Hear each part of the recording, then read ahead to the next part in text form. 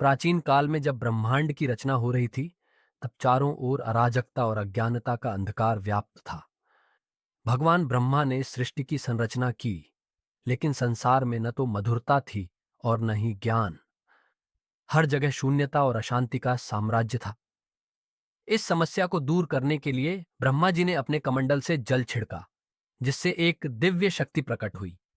यह शक्ति एक सुंदर, तेजस्वी और श्वेत वस्त्र धारण किए हुए देवी थी, जिनके हाथ में वीणा, पुस्तक, माला और वृद्ध मुद्रा थी। ये देवी ज्ञान, संगीत, कला और विद्या की अधिष्ठात्री बनी और इन्हें सरस्वती नाम दिया गया। जैसे ही मां सरस्वती ने अपनी वीणा का नाद किया, सृष्टि में संगीत का संचार हुआ। नदियों में कल कल ध्वनि गूंजने लगी, वनों में पत्ते सरसराने लगे, पशु पक्षियों ने अपनी मधुर ध्वनियां निकालनी शुरू कर दी और समस्त संसार में ज्ञान, संगीत और चेतना का संचार हुआ।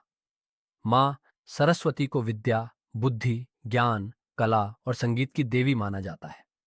पुराणों में कहा गया है कि वे ही ब्रह्मा जी की शक्ति हैं, जिनके आशीर्वाद से मानव सभ्यता ने शिक्षा और संस्कृति का विकास किया।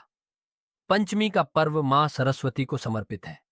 इस दिन विशेष रूप से विद्यार्थी, कलाकार और विद्वान मां सरस्वती की पूजा अर्चना कर उनसे ज्ञान और विवेक की प्रार्थना करते हैं।